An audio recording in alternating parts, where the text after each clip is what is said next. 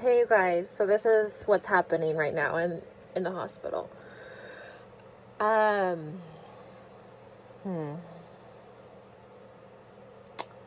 I had a patient who was high risk, very high risk, met all high risk criteria.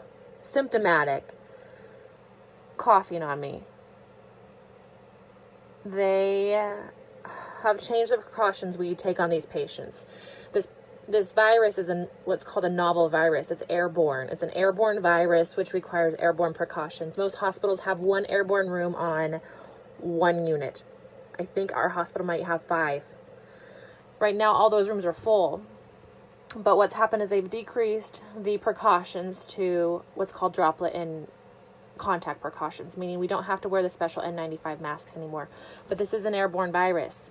They've decreased the protocol on this. They've decreased the standards for isolation on this because they are low on supplies. Not because it's not airborne. Because it's airborne. It's airborne. It's airborne.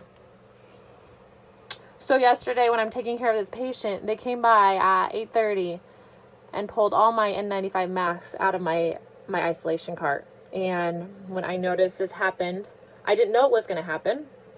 But when I saw it happen, I was able to catch my manager and ended up having a conversation with my manager and 2 assistant managers at the nurses station. I'm gowned up in my coronavirus scrubs. I've been wearing an N95 mask all morning, and now they've taken them away. And I questioned it and got pushback big time from administration. I begged for an N95 mask yesterday. And when it was handed to me, an assistant manager shook her head like, you can't have that. And I was like, I broke out in hives. I was red. I will say I got a little sassy and I did not feel heard. And when I did not feel heard, I went, nice chat. Nice chat. Nice chat. I actually only said it once, but I said it sassy. A teaspoon of sass came right out of me. A couple people saw it, and later in that morning I was asked to go to have a meeting with administration about what had just happened. I contacted my union rep right away because I knew I was probably in trouble, partly for pushing back against them, partly probably it could have been my little sass. I wasn't sure. Either way, I had to beg for my mask, and they were taking all the masks away from everyone in the entire hospital, not just me, everyone, like hiding them.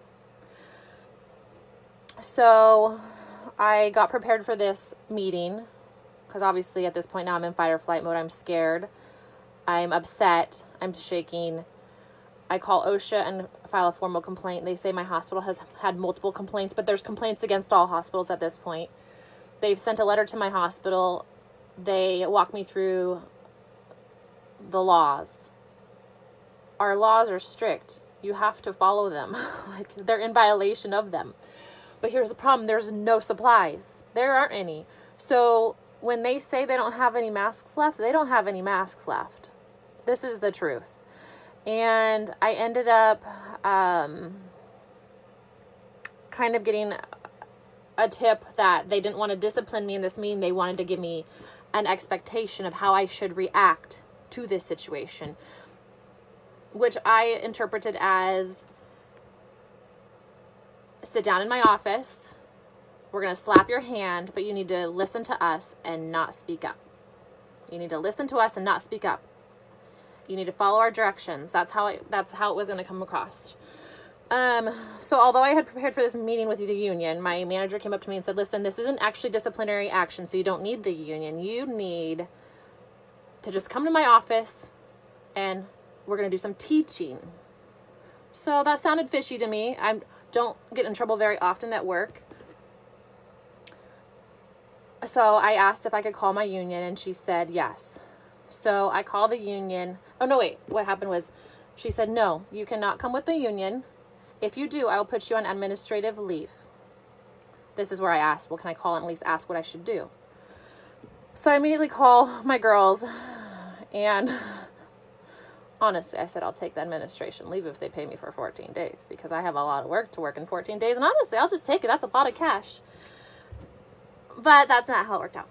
But anyway, I would have taken it. I seriously would have taken it. Because I don't think it's fair for me to volunteer to work 16-hour days and then be treated like this, right? Anyway, that's not my point.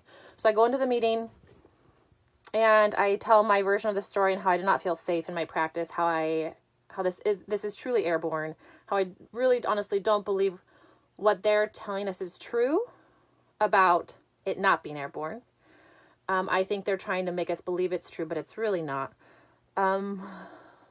But what I realized 10 minutes into this 45-minute meeting was that had nothing to do with me and my patient, nothing to do with me pushing back, actually nothing to do with me even being a little sassy about it. It had nothing to do with me. It was way bigger than me. I just happened to maybe be the right person at the right time to get the storm started on the shift. And as I listened and I watched management and the union, I just realized it was way bigger than me. They have a big problem. They have a very, very big problem and they don't know what to do about it. They just don't know.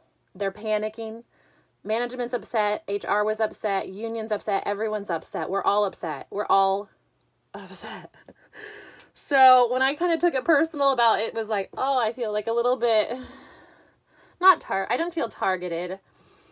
I just happened to probably be emotional enough about wanting my mask that it just ended up being a really difficult day for me and that shift, for that 16-hour shift. And I said, listen, I am happy to work 16-hour days every day until this is over. I will do it. I will grind. I will do it, but I need my mask. That's all I want. I promise you, I will work those hours. I just want that N95 mask. And I said, if this is how it's going to be, I'm going to cancel these shifts. I'm not going to come to work. And they know. And so what's going to happen is a bunch of nurses are going to be canceling shifts. Because we're really not being protected. This isn't right. I will say this, that meeting ended and I walked in the back room and I asked another assistant manager if she could send me home because I was in tears and not just it was a lot. Like I felt like I had been battling all day. I didn't know if anyone else was going through it. I'm not great with confrontation. I'm not great defending myself. I'm not a scientist or an epidemiologist or an infectious disease doctor. I just know in my heart they're dropping these standards because the supplies are low. And when the supplies go back up, they're going to raise us back to airborne. And we will have done all of this without protection. So obviously I didn't get to go home because we were understaffed. And you can't just go home because you're crying. Although in my world, that would be really nice. I ended up running into my manager in the medication room after we had this kind of intense meeting that I was a part of. And we just stood there, and I will tell you this. I have adored this manager from the moment I met her. We stood there and we cried in the medication room because this is even way above her head, and so when we're going after management, yes, that's who we're supposed to go after, but it's even bigger than that. I don't have the good answers. I don't know I can't tell you who to blame. That's not what this is about. I can just tell you we're all in big trouble. Like, I'm in big trouble. The people above me are in big trouble right now, and the people above them are in big trouble.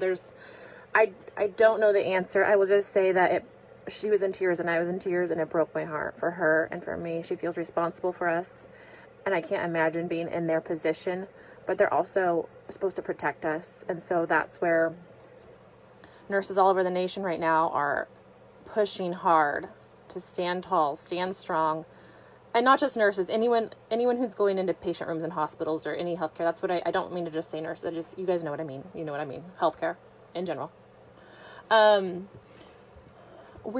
This is big. And so why am I making this video and I haven't even put myself together this morning? It's just me. I think I could not stop thinking about this day. Yesterday was for some reason, yesterday was day number one of it felt like day number one of, it wasn't technically day number one because we're a little bit behind the rest of the world, but for me and in my life and in my hospital right now, it felt like day number one. I will tell you this too. UCSF, we were told, ran out of masks yesterday. They ran out. Those nurses ran out. There are people across the nation sewing masks right now. I have my mom sewing masks. I have a family friend sewing masks for us as of 5 minutes ago. My big brother is looking for masks. My dad is looking for masks at his work. When the hospitals run out, I know. See? And so this is where we're at. This is really the truth about where we're at. So if you have good answers,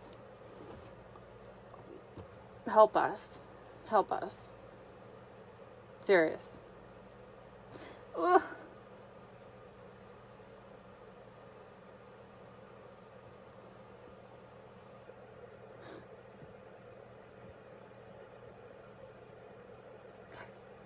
So, with all of that being said, if you really watched this, thank you. Stay safe and stay healthy. Okay. Love you guys. Bye.